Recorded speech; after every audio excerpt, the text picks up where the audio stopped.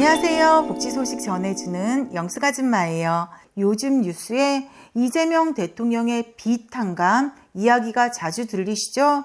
에이 설마 나라에서 대신 빚을 갚아주겠어? 이런 생각 하실 수도 있어요. 그런데 진짜입니다. 이재명 대통령의 대선 공약집에 무려 6가지의 채무조정, 탕감 정책을 명시했어요.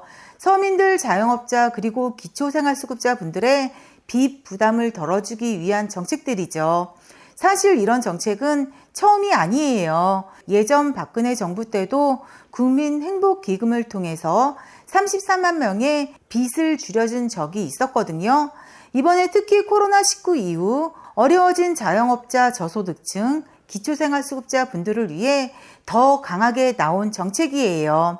그럼 이재명 대통령의 6대 채무 감면 공약을 보자면 코로나19 대출, 채무 조정 및 탕감 정책, 소상공인 이자 보전 확대, 새출발 기금 자격 완화 및 대상 확대, 자영업자 폐업 시 대출 일시상한 유예, 장기 소액 연체 채권, 소각용 배드뱅크 설치, 청산형 채무 조정 확대, 이렇게 6가지의 공약이에요.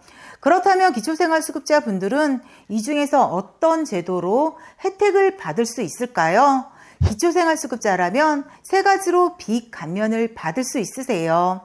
첫 번째는 배드뱅크 제도인데요. 이건 정부나 공공기관이 오래된 빚을 대신 사서 아예 없애주는 제도예요.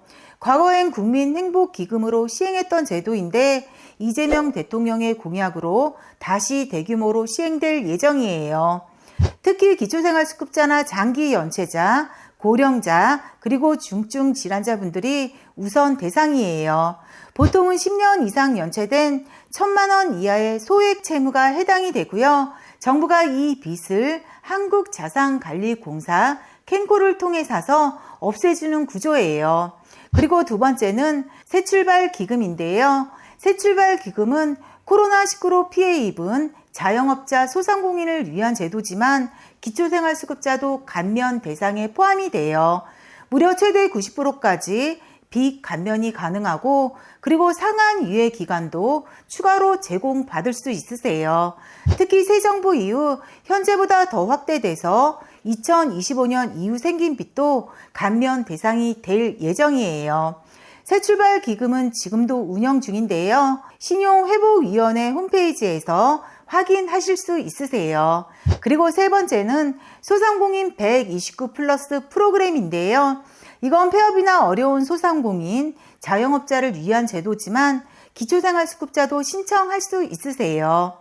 소상공인 129 플러스의 혜택은 신용대출 최대 5년 분할 상한, 담보대출은 최대 10년 분할 상한, 그리고 폐업자라면 무려 30년까지 장기 분할도 가능해요. 기초생활수급자도 신청할 수 있고요. 소상공인진흥공단이나 신용회복위원회를 통해 상담 받으실 수 있으세요. 그 밖에도 신용회복위원회에서는 일반 채무조정으로 기초생활수급자라면 이자 전액 감면, 그리고 최대 10년 분할 상환도 받을 수 있으세요. 마지막으로 정리해보자면 빚이 3개월 이상 연체됐다면 새출발 기금부터 먼저 상담하세요. 그리고 오래된 빚, 갚을 능력이 없다면 배드뱅크 제도를 기대해 보시고요. 장사하다가 폐업하셨다면 129 플러스 꼭 알아두셔야 하세요. 그럼 오늘 영상 끝까지 시청해 주셔서 감사합니다.